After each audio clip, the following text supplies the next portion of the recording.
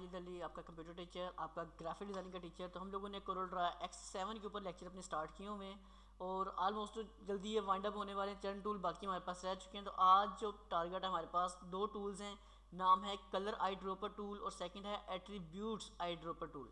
तो colour eye dropper tool हमारे लिए क्या काम कर सकता है, हम इसमें Ctrl+I से एक पिक्चर इंपोर्ट कर रहे हैं। Ctrl+I for import picture. आप यहाँ से कोई भी एक पिक्चर इंपोर्ट कर लें अपने पास। सपोज लाइक दिस, मैंने एक पिक्चर इंपोर्ट की, यहाँ क्लिक किया, ये पिक्चर आ चुकी है जी। एक बॉक्स ड्रॉ कर लेते हैं अपने पास। अब मुझे क्या करना है, मैंने अगर एक डिज़ाइन पहले बना दिया हुआ है या कोई लोगो डिज़ाइन किया हुआ है, मुझे सेम उसी लोगो का कलर अपने इस दूसरे डिज़ाइन में इंप्लीमेंट करना है। या मैं कोई लोगो डिज़ाइन कर रहा हूँ तो मुझे उस पहले बने हुए लोगो का कलर इसमें ट्रांसफ़र करना है। तो हम क्या करेंगे, उस कलर को ढूंढने की बजाय जस्ट हम कलर आई ड्रॉपर टूल पर क्लिक करेंगे और यहाँ से आने के बाद आप अपनी मर्ज़ी के कलर पे अगर देखें, मैं यहाँ लाइट पे क्लिक करता हूँ और इस पर क्लिक किया तो ये थोड़ा लाइट इंप्लीमेंट हुआ। अगर मैं दोबारा यहाँ से आता हूँ, कलर आई ड्रॉपर पे क्लिक करता हूँ मैं फिर से,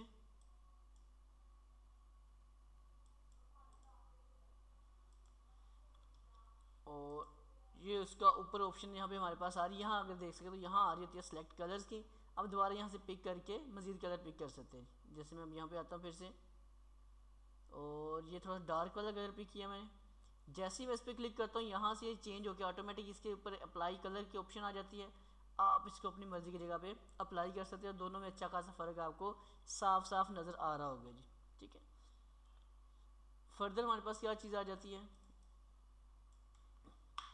अगर आपने एक बॉक्स ड्रॉ किया है, यहाँ से एक बॉक्स किया, एक और बॉक्स ड्रॉ किया, एक यहाँ बॉक्स ड्रॉ किया, इस बॉक्स का आपने ये कलर दिया है, इसको कोई और कलर कर दिया, इस वाले को हम कुछ और कलर कर देते हैं। ठीक है, तीन अपने पास मैंने कर दिया अलग अलग कलर। अब मैं इस येलो वाले बॉक्स को सिलेक्ट करता हूँ।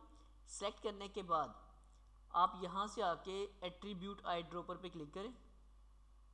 उसके बाद मैं इस पर क्लिक करता हूँ और यहाँ क्लिक किया तो उसने क्या किया, सिर्फ येलो कलर पिक करके इधर ट्रांसफ़र किया। तो ये अभी कोई इतना आपको प्रॉपर समझ नहीं है, मैं Ctrl+Z करता हूँ, दोबारा समझाने की कोशिश करता हूँ आपको। एट्रीब्यूट आई ड्रॉपर पे क्लिक किया हम लोगों ने, ऊपर से दोबारा ये पिक किया हम लोगों ने, और उससे पहले आपने इसकी प्रॉपर्टीज़ में जाके और इसकी ट्रांसफॉर्मेशन में गए। मैं कहता हूँ इसका एक तो साइज़ वैसा कर दो, पोजीशन ऐसी रहने दे जहाँ पे है, साइज़ फिलहाल मैं चेक करो, साइज़ पे क्लिक किया, इसका साइज़ मैंने कहा इस पर भी अप्लाई कर दो, इस पर भी अप्लाई कर दो। तो सेम इसका साइज़ उसने कॉपी करके इधर अप्लाई कर दिया। कलर क्योंकि आपने पहले यहाँ से by default fill colour pick हुआ पड़ा है तो ऑटोमेटिक उसको पिक करके भी इसके मुताबिक सेट कर देगा।